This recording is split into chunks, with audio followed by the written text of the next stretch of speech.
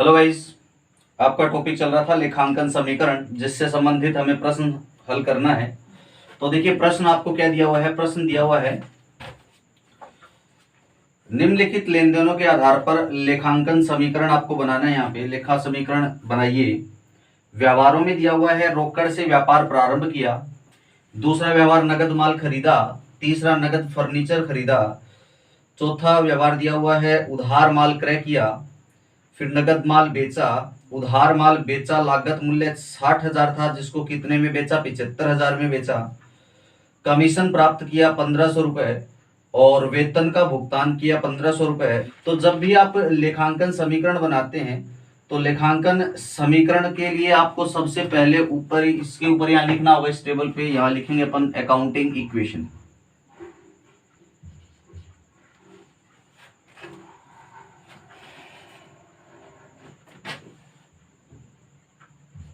यहां लिखेंगे accounting equation, जिसको हिंदी में क्या कहते हैं?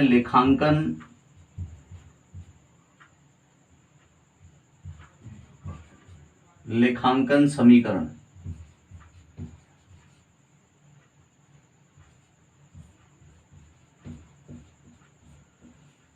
तो अकाउंटिंग इक्वेशन जब प्रिपेयर करते हैं तो अकाउंटिंग इक्वेशन क्या होती है सर? अकाउंटिंग इक्वेशन होती है assets equal to liabilities plus capital. क्या होती है accounting equation? Assets equal to liabilities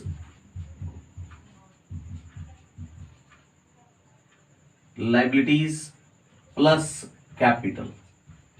ये होती है अकाउंटिंग इक्वेशन, जिसको आपने प्रीवियस वीडियो में भी देखा था। पिछले वीडियो में आपने देखा था और मैंने आपको बताया था कि अकाउंटिंग इक्वेशन का मीनिंग होता है कि एसेट्स का जो टोटल होता है वो लाइबिलिटीज और कैपिटल के टोटल के इक्वल होता है। अब चलिए ट्रांजैक्शन को हम पढ़ेंगे।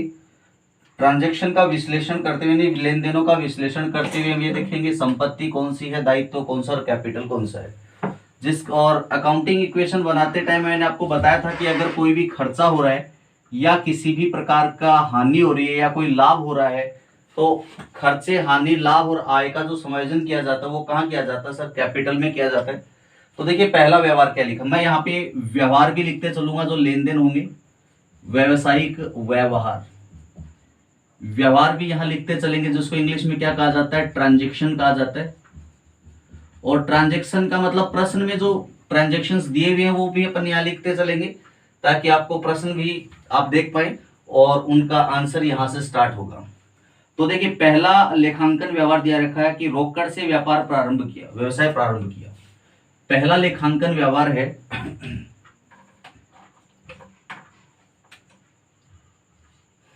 रोकड़ से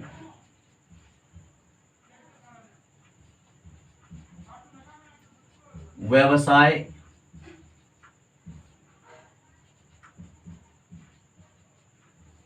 प्रारंभ किया। तो रोकड़ से व्यापार प्रारंभ किया। रुपए कितने बताए सर इसमें? रुपए 1,50,000 बताए गए यहाँ पे। रुपए 1,50,000 है। अब इसका क्या प्रभाव पड़ता है?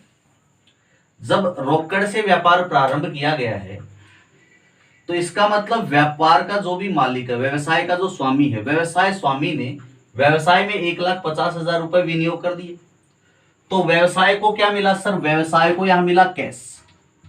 कितना कैश मिला सर? 1,50,000 का कैश मिला। ये कैश व्यवसाय को किसने दिया सर? व्यवसाय स्वामी ने कैश दिया है। तो व्यवसाय स्वामी का जो अंशदान होगा वो क्या होगा सर? यहाँ पे कैपिटल हेड में आएगा, कैपिटल कहेंगे उसे। तो 1,50,000 रुपए इसकी कैपिटल हो गई। तो व्यवसाय स्वामी का अंशदान कैपिटल हो गया। और प्लस यहाँ पे दायित्व 0 है, कोई दायित्व था ही नहीं। और इक्वल टू एसेट्स की वैल्यू कितनी है सर? टोटल कैश फर्म को मिला था 1,50,000। तो पहला लेखांकन समीकरण तो आपका यही हो गया कि एसेट्स में कैश थी 1,50,000 और लाइबिलिटी थी 0 और कैपिटल है 1,50,000। तो लाइबिलिटी प्लस कैपिटल 1,50,000 और इधर कैश कितना है, यानी कि रोकड़ कितना है? 1,50,000। तो यहाँ पे लेखांकन समीकरण स्वयं सिद्ध हो रहा है कि assets equal to liability plus capital, और लाइबिलिटी कैपिटल को जोड़े तो कितना हो रहा है सर, 1,50,000 हो रहा है, और इधर एसेट्स भी 1,50,000 हो रहा है। तो पहले इक्वेशन तो यहाँ पे सेटिस्फाई हो जाती है। सेकंड व्यवहार देखिए, दूसरा व्यवहार क्या दिया हुआ है। दूसरा व्यवहार दिया नकद माल खरीदा, नकद माल खरीदा। अच्छा, नकद माल खरीदा, इसका अर्थ क्या हुआ कि नकद माल खरीदने का अर्थ कि आपने माल खरीदा है, तो जब माल खरीदा तो व्यापार को क्या मिला सर, व्यापार को तो स्टॉक मिला, तो व्यापार को मिला स्टॉक ऑफ गुड्स, तो इसको कहेंगे स्टॉक, एसेट्स होगी। और कितने का स्टॉक मिला, कितने का माल खरीदा सर, 60,000 का माल खरीदा है, तो 60,000 रुपए व्यापार को स्टॉक मिला। स्टॉक का मतलब होता है माल का स्टॉक है, स्टॉक ऑफ गुड्स। तो एक एसेट और बढ़ गई, 60,000 का स्टॉक फर्म को मिला, और ये 60,000 का स्टॉक नकद में खरीदा गया है, और नकद में खरीदा इसका मतलब कैश की भी, आपने माल खरीदा तो पैसा देना पड़ेगा, तो कैश व्यापार से गई, तो कैश में से माइनस हो जाएंगे 60,000 जितने का स्टॉक आया वो। तो यहां पहले स्टॉक ट्रांजेक्शन में, फर्स्ट ट्रांजेक्शन में नहीं था, लेकिन यहां सेकंड ट्रांजेक्शन में 60,000 का स्टॉक ऐड हो गया, जबकि कैश यहां से माइनस होगी। देखिए माल खरीदेंगे तो कैश देना पड़ेगा, और माल बिजनेस में आएगा, तो माल आया तो उसको हमने कहा स्टॉक, तो स्टॉक ऑफ गुड्स आ गया, 60,000 का बिजनेस में आ गया, लेकिन कैश हमें पेमेंट करना पड़ गया, तो कैश में से कम हो गया 60,000 रुपए, और इसका इक्वल टू लाइबिलिटी पर कोई फर्क नहीं पड़ रहा, और इसका कैपिटल पर भी कोई फर्क नहीं पड़ रहा है यहाँ पे। अब देखिए यहाँ पे जो व्यवहार हुआ है, इस व्यवहार से इक्वेशन क्या बनेगा, तो अब पहले कैश कितना था सर, कैश था 50,000, 60,000 का कैश भुगतान कर दिया, तो 90,000 का कैश रह गया सर, प्लस यहां आपका 60,000 का स्टॉक आपके बिजनेस में आ गया, जबकि लाइबिलिटी अब तक कोई एराइज नहीं हुई, अभी तक कोई लाइबिलिटी उत्पन्न नहीं हुई है, और प्लस कैपिटल वही आपका 1,50,000 अब तक। तो देखिए लाइबिलिटी प्लस कैपिटल टोटल आ रहा है 1,50,000, जबकि यहाँ पे एसेट्स में दो एसेट्स हो गई, एक कैश हो गया, एक स्टॉक हो गया, तो कैश और स्टॉक दोनों को जोड़ेंगे तो कितना होगा सर, कैश और स्टॉक दोनों को जोड़ा 1,50,000 की टोटल एसेट हो गई, और इधर 1,50,000 की लाइबिलिटी प्लस कैपिटल है। तो ये आपका एक नया समीकरण बन गया, तो यहाँ लिखेंगे नया समीकरण, क्या लिखेंगे, नया समीकरण, या तो आप इसे लिख दीजिए नया समीकरण, या लिख दीजिए इंग्लिश में न्यू इक्वेशन, या न्यू इक्वेशन भी लिख सकते हैं और नया समीकरण भी लिख सकते हैं। तीसरा व्यवहार पढ़ेंगे, और तीसरे व्यवहार को अपन यहाँ इक्वेशन में लिखेंगे, नकद फर्नीचर खरीदा। क्या खरीदा सर, नकद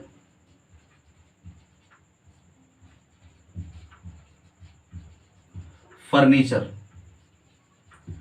खरीदा। कितने मूल्य का है फर्नीचर सर, फर्नीचर का मूल्य है 37,500 रुपए, 37,500। तो 37,500 रुपए का आपने एक नगद फर्नीचर खरीदा, ये आपका नया समीकरण हो गया था यहाँ पे। तो आपने फर्नीचर खरीदा, तो बताइए जरा, जब फर्नीचर खरीदा आपको क्या मिला, आपके व्यापार में क्या आया सर, फर्नीचर आया। तो फर्नीचर आपके लिए क्या, एक एसेट्स है, तो एसेट्स में एक और एसेट्स जुड़ जाएगी यहाँ पे, फर्नीचर। और ये फर्नीचर नाम की जो एसेट्स है अब तक तो थी नहीं, यहां भी नहीं थी, यहां भी नहीं थी, जबकि ये यहां भी नहीं थी। अब इस व्यवहार की वजह से 37,500 का फर्नीचर व्यापार में अब आया है, 37,500 यहां लिखा। और आपने फर्नीचर नकद खरीदा, तो समझिए आप कि जब आपने फर्नीचर खरीदा तो फर्नीचर तो आया, तो फर्नीचर खरीदा तो पेमेंट नहीं करना पड़ा क्या सर, पेमेंट तो करना पड़ा, तो कैश व्यापार से गया आपकी, तो कैश में से कम हो गई, मतलब आपने कैश दे दिया तो कैश तो आपके पास से कम होगी, फर्नीचर आपके व्यापार में आ गया, इस चीज का प्रभाव यहां कुछ नहीं पड़ रहा, तो कैश क्या हो जाएगा, माइनस हो जाएगा। तो यहां से माइनस 37,500 कैश माइनस कर देंगे। इसके अलावा लाइबिलिटी पर कोई फर्क नहीं पड़ रहा है, कैपिटल में भी कोई फर्क नहीं पड़ा है। तो बनाइए, चलिए इक्वेशन क्या बन रही देखिए, 90,000 में से 37,500 की कैश चली गई, तो 90,000 में से आप 37,500 को घटा दीजिए, तो 52,500 तो यहाँ पे इसका बच गया कैश के लिए, प्लस फर्निचर स्टॉक पर कोई फर्क नहीं पड़ रहा है तो स्टॉक 60,000 का हो गया, प्लस फर्नीचर 37,500 का है, इक्वल टू लाइबिलिटी 0 है, प्लस कैपिटल जो था 1,50,000 में 0 का एडजस्टमेंट होगा तो 1,50,000 रहेगा। तो देखिए लाइबिलिटीज प्लस कैपिटल कितना हो रहा है सर, 1,50,000 हो रहा है। और अगर इन तीनों को अपन ऐड करेंगे तो तीनों अपनी एसेट्स हैं, तीनों को ऐड करेंगे तो इनका टोटल भी कितना रहा है, 1,50,000 आ रहा है, और इधर लाइबिलिटी प्लस कैपिटल भी 1,50,000 आ रहा है। तो assets equal to liability plus capital, ये भी अपने आप में स्वयं सिद्ध हो रहा है। तो एक नई इक्वेशन इसके बाद ये और बन गई, तो यहां लिखेंगे नई इक्वेशन, नई इक्वेशन, नया समीकरण। क्या लिखेंगे नई इक्वेशन को, नया समीकरण। ये आपका एक नया समीकरण और हो गया। तो 2 लेखांकन समीकरण, 3 लेखांकन समीकरण सिद्ध हो चुके, पहला, ये दूसरा और ये तीसरा। चलिए व्यवहार नंबर 4 लिखते हैं। चौथे व्यवहार में क्या कहा है सर, चौथे व्यवहार में कहा गया कि उधार माल क्रय किया, रुपए दे रखे हैं 30,000, उधार माल क्रय किया, रुपए कितने सर, रुपए दिए हुए हैं 30,000। 30,000 रुपए में आपने उधार माल खरीदा है। तो आपने जब माल को खरीदा है तो माल आपके व्यापार में आया, माल का मतलब क्या हो गया सर, स्टॉक हो गया। तो स्टॉक आपके व्यापार में आया तो स्टॉक में जुड़ गया, स्टॉक में स्टॉक प्लस हो जाएगा, कितना प्लस हो जाएगा सर, 30,000 का स्टॉक आया आपके पास, तो स्टॉक बढ़ गया। लेकिन आपने उधार में खरीदा है, इस वजह से आपका दायित्व भी बढ़ गया, क्योंकि आपको भविष्य में भुगतान करना पड़ेगा। तो यहाँ पे दायित्व भी आपका 37,500 से बढ़ गया। और माल क्रय करने के बदले जो दायित्व बनता है उस दायित्व को क्या कहा जाता है सर, माल क्रय करने के बदले जो दायित्व बनता है वो दायित्व होता है अपना लेनदार, यानी कि क्रेडिटर्स होता है। क्रेडिटर्स यानी जिस व्यक्ति से उधार में माल खरीदा जाता है वो अपने लेनदार होते हैं। तो क्रेडिटर अपना एक दायित्व हो गया, तो 37,500 का दायित्व हो गया। इसका कैपिटल पर कोई इफेक्ट नहीं पड़ रहा है और फर्नीचर पर कोई इफेक्ट नहीं है, कैश पर भी कोई इफेक्ट नहीं है, क्योंकि कैश तो आपने पेमेंट किया ही नहीं अब तक। तो इस व्यवहार की वजह से एक नया समीकरण और बनेगा। वो नया समीकरण क्या बनेगा, यहां लिखा मैंने नया समीकरण, यानी न्यू इक्वेशन इंग्लिश में भी लिख सकते हैं, कोई प्रॉब्लम नहीं है। तो नया समीकरण जो आपका बनेगा यहाँ पे 52,500 का आपके पास कैश है, ओके नो प्रॉब्लम। इसके बाद 60,000 का स्टॉक था, 30,000 का और खरीदा तो 90,000 का टोटल आपके पास स्टॉक हो गया। 37,500 की फर्नीचर हो गई, इक्वल टू 37,500 यहां पे आया, प्लस 1,50,000 यहां पे हो गया। तो देखिए 37,500 का दायित्व है और कैपिटल है 1,50,000, 1,87,500 हो जाता है। और अगर हम इन तीनों का टोटल करेंगे तो ये भी 1,87,500 होंगे। तो तीन अपनी एसेट्स है, तीनों का ऐड किया 1,87,500, ये लाइबिलिटी प्लस कैपिटल भी 1,87,500। तो यहाँ भी अकाउंटिंग इक्वेशन क्या हो रही है, सेटिस्फाई हो रही है। अगला समीकरण, ये समीकरण नया समीकरण बना है। इसके बाद एक अपन नई अगला व्यवहार लिखेंगे यहाँ पे। नेक्स्ट ट्रांजेक्शन क्या लिखा देखिए,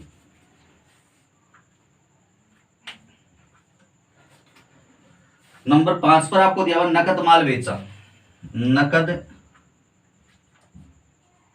माल बेचा। तो देखिए आपने जब माल को नकद बेचा है, कितने रुपए में बेचा है, 15,000 रुपए में नकद माल बेचा, रुपए 15,000। तो जब आपने माल बेचा तो माल चला गया, माल जो बेचा है उसकी लागत अपने को नहीं बताई।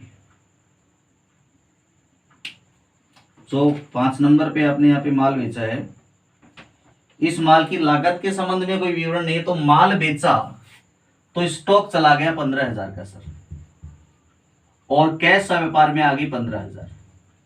तो सीधी सी बात, आप जब नगद में माल बेचेंगे तो पैसे लेंगे, माल देंगे, तो कैश आएगा, माल जाएगा, तो माल स्टॉक में से कम हो गया 15,000 और कैश आ गया 15,000। इस चीज का बाकी किसी चीजों पर कोई प्रभाव नहीं पड़ रहा है। हालांकि जब माल बेचते हैं तो लाभ में माल बेचा जाता है, लेकिन इसमें लाभ और हानि का कोई विवरण दिया हुआ नहीं है, इसलिए हमने ये माना है कि जितने की लागत का माल था उतने में ही बेचा गया है। तो यहाँ पे हो गया आपका 67,500, ये कैश हो गया।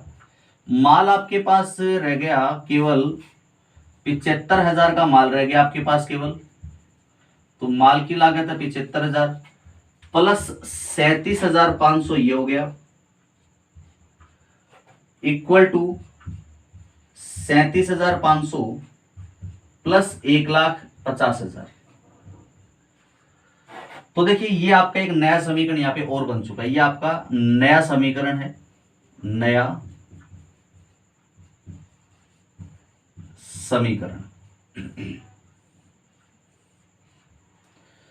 इसके बाद छठा व्यवहार क्या दिया, देखिए यहाँ पे अगर नया समीकरण हमने बनाया है तो नए समीकरण का वही सेम प्रभाव हो रहा है। देखिए इन तीनों एसेट्स को हमने जोड़ा तो इनका टोटल 1,87,500, उधर लाइबिलिटी प्लस कैपिटल को जोड़ा तो भी 1,87,500, तो यहां भी समीकरण सिद्ध हो गया।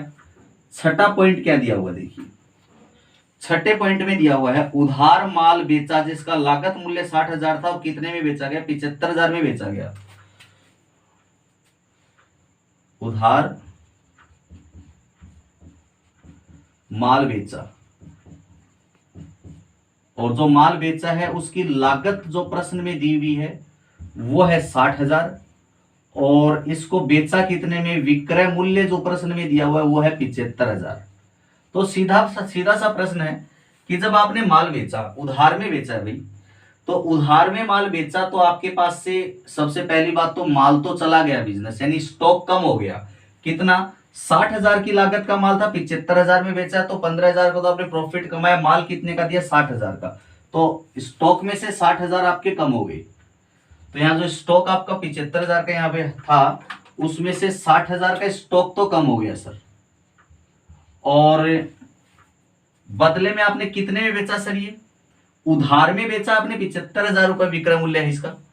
तो उधार में बेचा तो आपको जिस व्यक्ति को उधार में माल बेचा गया उससे पैसे लेने हैं, तो भविष्य में जब इनसे नगद प्राप्त होगी तो ये आपके लिए वर्तमान में क्या एसेट्स है, यानी संपत्ति आपकी। तो यहाँ एसेट्स में एक और एसेट्स हमारे पास आ गई, वो आ गई डेटर्स।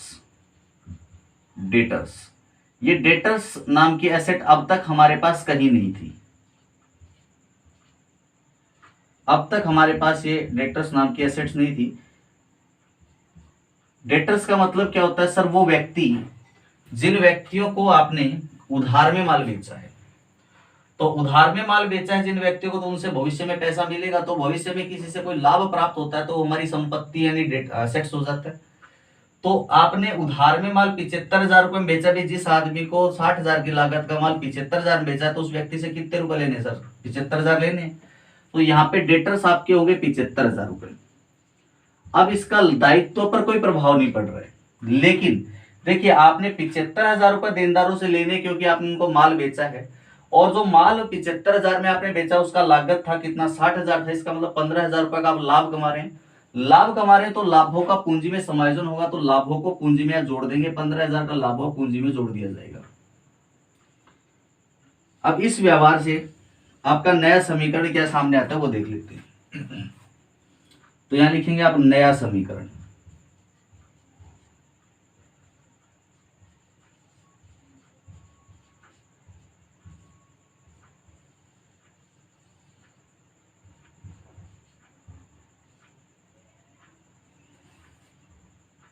तो नया समीकरण देखिए आपका, इस पे कैश पे कोई प्रभाव नहीं पड़ा था, तो 67,500 कैश ऐसा कैसा रह जाएगा, प्लस ये स्टॉक आपके पास से चला गया तो 15,000 का स्टॉक रह जाएगा। फर्नीचर पर कोई प्रभाव नहीं है, 37,500 का फर्नीचर एज इट इज रहेगा। अभी एक नई संपत्ति देनदार पहले नहीं था लेकिन अब नई संपत्ति बन चुका, 75,000 ये हो जाएगा, इक्वल टू 37,500 ये आएगा, प्लस 1,65,000 ये हो गया। तो ये सब आपकी समीकरण, नया समीकरण बना है। तो नए समीकरण को जब हम जोड़ लेते हैं तो नया समीकरण बन जाता है अपना, टोटल इनको जोड़ेंगे और लायबिलिटी प्लस कैपिटल को जोड़ेंगे तो ये टोटल इक्वल आएगा। अगला जो है व्यवहार दिया हुआ आपको 7 नंबर पे, कमीशन प्राप्त किया, तो लिखिए यहां पे क्या प्राप्त किया सर, कमीशन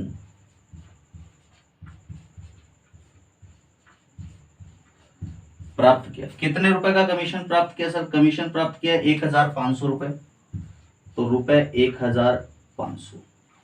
तो इसका मतलब ये हुआ कि जब आपने 1500 का कमीशन प्राप्त किया है तो आपके पास व्यापार में कमीशन के कैश आ गई, यानी कि नगद आपको मिल गई 1500। और ये कमीशन जो आपने प्राप्त किया क्या सब हमारे लिए आय हो गई, और आय को हम क्या करते हैं, पूंजी में जोड़ देते हैं। तो इसे 1500 को पूंजी में जोड़ दीजिए। इस समीकरण से आपका क्या प्रभाव पड़ता है, देखिए नया समीकरण क्या बनेगा यहाँ पे,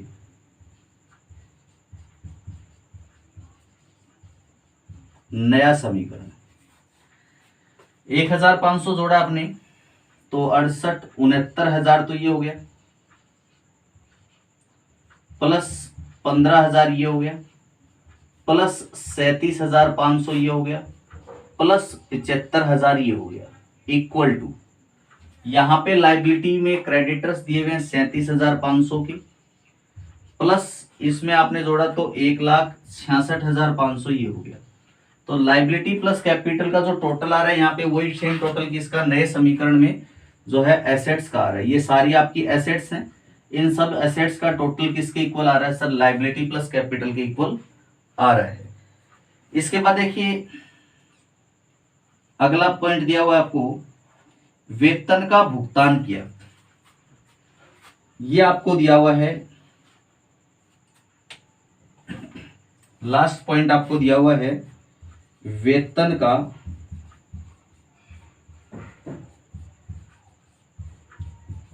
भुगतान किया। कितना वेतन का भुगतान किया गया यहाँ पे सर, 1500 रुपए वेतन का भुगतान किया है। तो जब आपने 1500 का वेतन का भुगतान किया, इसका मतलब आपके व्यापार से कैश तो गया, आपने भुगतान ही कर दिया तो कैश तो चला गया, और ये वेतन आपके व्यवसाय के लिए क्या हो गया, खर्चा हो गया। और आपको पता है खर्चों को हम पूंजी में से घटा देते हैं, तो यहां माइनस कर देंगे, 1500 रुपए यहां से घटा देंगे। अब देखिए बाकी चीजों पर इस चीज का कोई प्रभाव नहीं पड़ रहा है। तो आपका ये लास्ट पॉइंट था, और इस लास्ट पॉइंट के बाद जो नया समीकरण बनेगा उसे नया समीकरण ना बोल के क्या बोला जाएगा, अंतिम समीकरण बोला जाएगा, यानी लास्ट इक्वेशन बोला जाएगा, अंतिम समीकरण।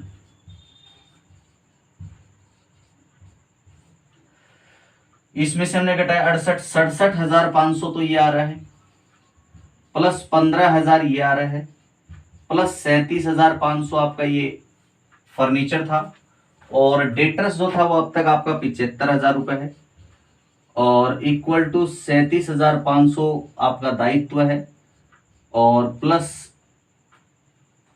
इसको आपने घटा दिया तो 1,65,000 रुपए आपकी कैपिटल रह जाती है। तो इस तरह ये आपका एक अंतिम समीकरण बन गया। 8 व्यवहार आपको दिए हुए थे, सभी व्यवहारों से आपने लेखांकन समीकरण बना दिया यहाँ पे। तो लेखांकन समीकरण क्या है सर, लेखांकन समीकरण स्वयं सिद्ध होता है। देखिए अगर आप इन सारी एसेट्स को 75,000 तक यहां से लेकर यहां तक इनको ऐड करेंगे तो आपका जो टोटल आएगा वो same total liabilities plus capital की आ रहा है, जिसमें लाइबिलिटी 37,500 प्लस 1,65,000, ये जो टोटल है ये इस एसेट्स के बराबर है। तो इसका अर्थ हुआ कि लेखांकन समीकरण स्वयं सिद्ध होता है, हर व्यवहार के साथ लेखांकन समीकरण अपने आप सिद्ध हो जाता है कि संपत्ति का जो योग होगा वो दायित्व प्लस पूंजी के बराबर होगा।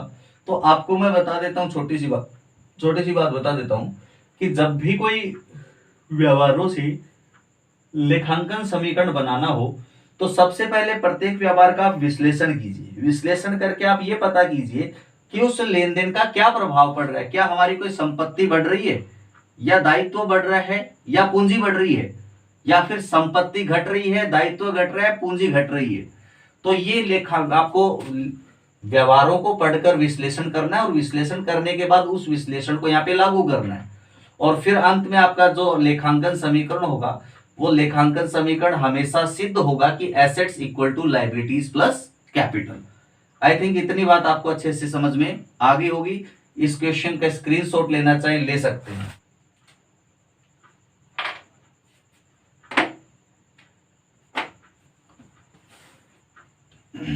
तो ये था आपका लेखांकन व्यवहारों से लेखांकन समीकरण किस प्रकार बनाया जाता है, इससे संबंधित प्रश्न।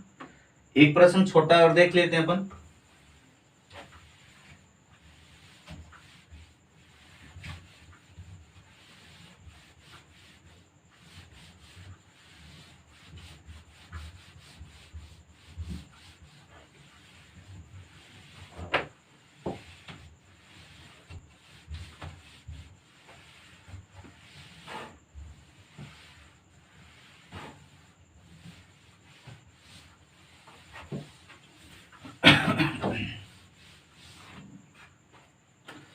देखिए अगला प्रश्न आपको दिया हुआ है, लेखांकन समीकरण से संबंधित है।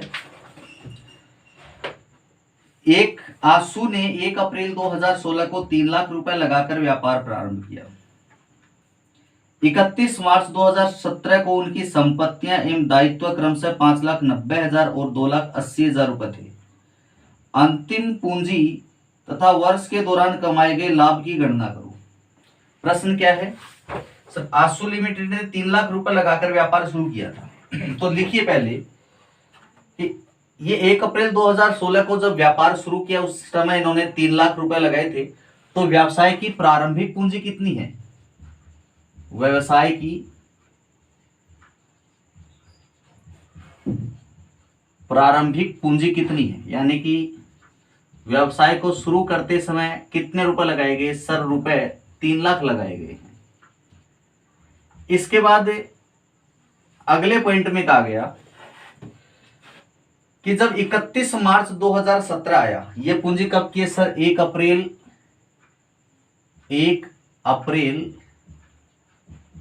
2016 की पूंजी है। और जब 31 मार्च 2017 आया, यानी वर्ष की अंतिम तिथि को, व्यवसाय की जो संपत्तियां थी, व्यवसाय की संपत्ति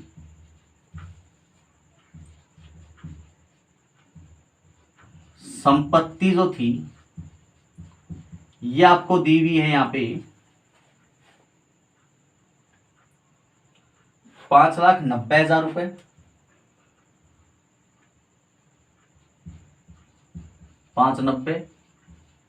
जबकि व्यवसाय के जो दायित्व दिए हुए हैं वो दिए हुए हैं 2,80,000 रुपए। ये संपत्ति और दायित्व कब के हैं सर, वर्ष की अंतिम तिथि के हैं। जबकि यहां जो पूंजी दी वो प्रारंभिक पूंजी है, यानी कि व्यवसाय प्रारंभ करते समय लगाएगी पूंजी है।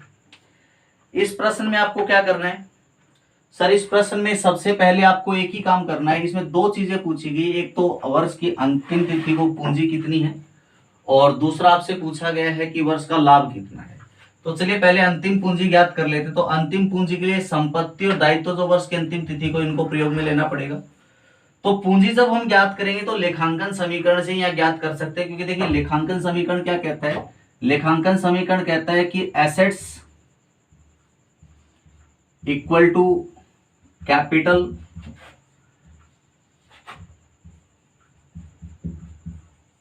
प्लस लायबिलिटीज,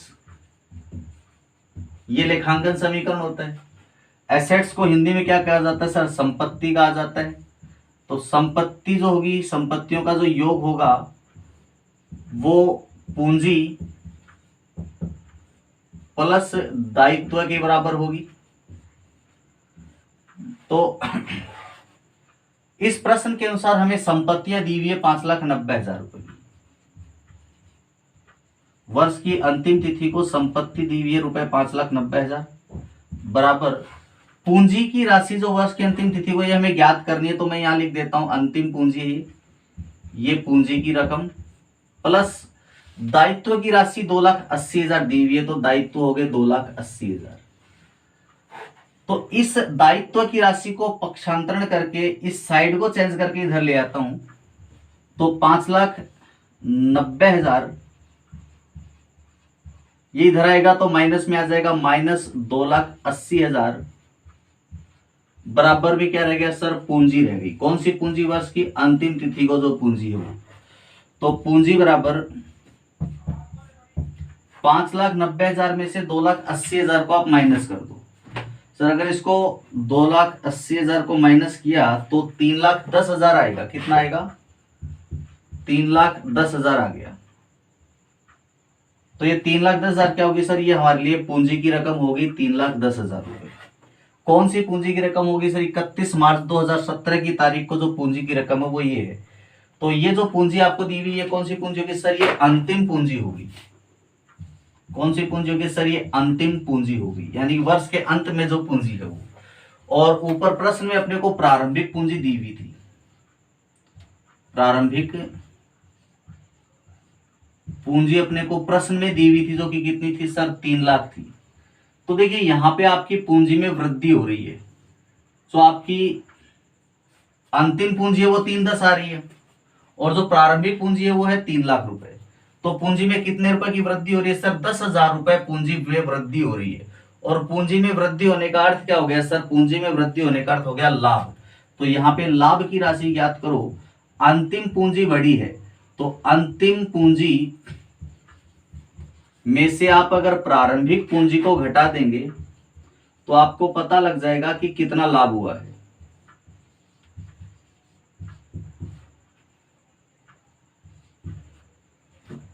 यानी कि आपके वर्ष के अंत में पूंजी 3,10,000 आ रही है, और आपने शुरू में कितनी पूंजी लगाई थी सर, 3 लाख रुपए की पूंजी लगाई थी। इसका मतलब 10,000 पूंजी बढ़ रही है, तो आपको क्या हुआ है, लाभ हुआ है कितने का सर, रुपए 10,000 का हमें लाभ हुआ है। तो इस प्रकार आपको अंतिम पूंजी और लाभ ज्ञात आप कर सकते हैं।